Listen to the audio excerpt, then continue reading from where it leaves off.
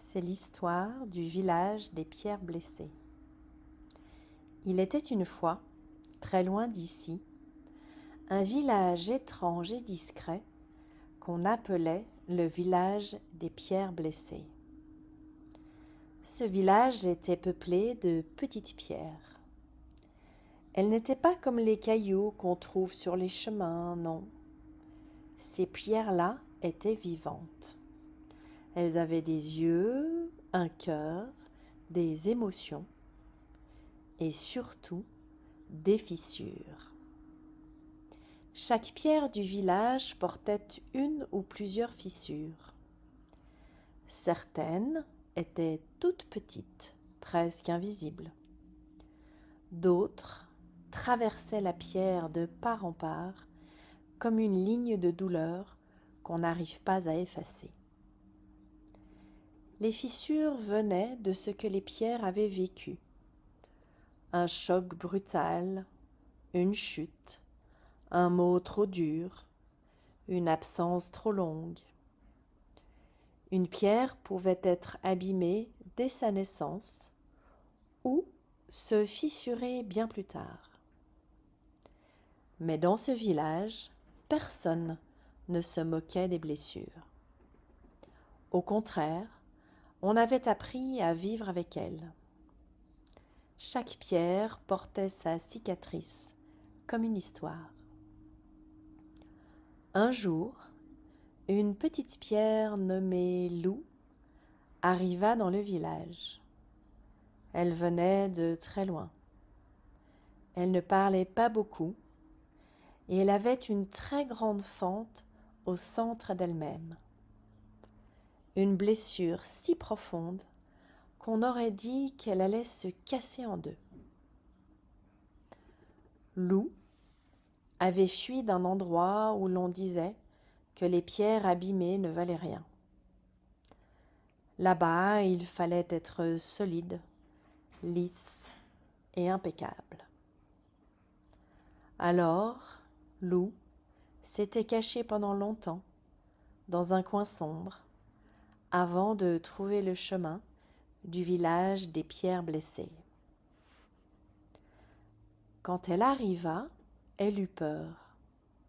Elle se dit en elle-même : « S'ils voient ma fissure, ils vont me rejeter. »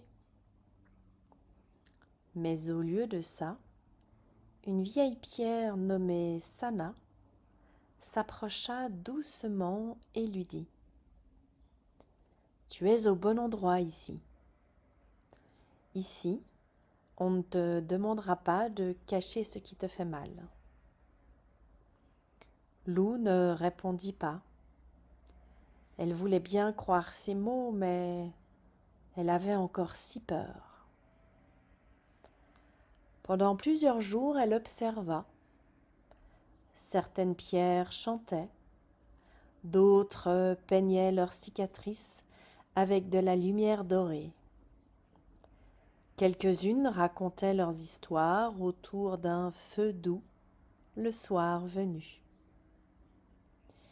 Il y avait même une pierre qui dansait malgré une énorme entaille sur le côté. Lou était fascinée. « Comment font-elles pour vivre avec ça ?» pensait-elle. Un matin, Sana revint avec un petit pinceau et un pot rempli d'une sorte de pâte dorée. « C'est du kintsugi, dit-elle, les yeux brillants. « C'est quoi ?» demanda Lou. « Une manière de réparer sans cacher. Une tradition très ancienne. On utilise de l'or pour souligner la blessure au lieu de l'effacer. Pour dire « tu as été brisée et tu es belle quand même ». Sana proposa de tracer un fil d'or le long de la blessure de Lou. La petite pierre hésita. « Et si ça me fait mal ?»« Peut-être un peu, dit Lou, dit Sana. Mais ça fait du bien, ça fait plus de bien que de mal. Je serai là tout du long. » Alors Lou accepta, et pendant plusieurs jours elles appliquèrent l'or, très doucement, sur chaque partie blessée.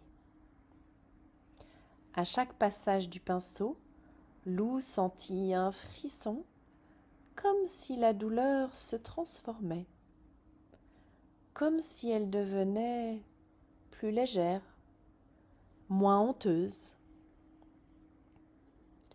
Quand ce fut terminé, Lou se regarda dans l'eau du puits. Elle était la même et en même temps différente. Sa fissure brillait. Elle était visible, oui, mais lumineuse, comme une rivière de lumière dans la pierre. « C'est beau, » murmura-t-elle. Sana sourit. « Tu vois, ce que tu as vécu fait partie de toi, mais ce n'est pas tout ce que tu es. » Ce jour-là, Lou commença à parler un peu plus, puis jouer, puis à chanter parfois. Elle apprit que les traumatismes ne disparaissent pas toujours, mais qu'on peut les transformer, qu'on peut faire de la place pour eux sans les laisser se faire dépasser par eux. Et surtout quand on peut être profondément aimable, même avec ses blessures. Depuis, dans le village des pierres blessées, on dit aux nouvelles arrivantes: « Tu n'as pas à être parfaite pour être accueillie ici. Tu es déjà bien assez. Ta lumière viendra par ta fissure. » Et c'est ainsi que Lou, la petite pierre fondue, devint une messagère pour celles et ceux qui avaient oublié qu'ils pouvaient briller à travers leurs blessures.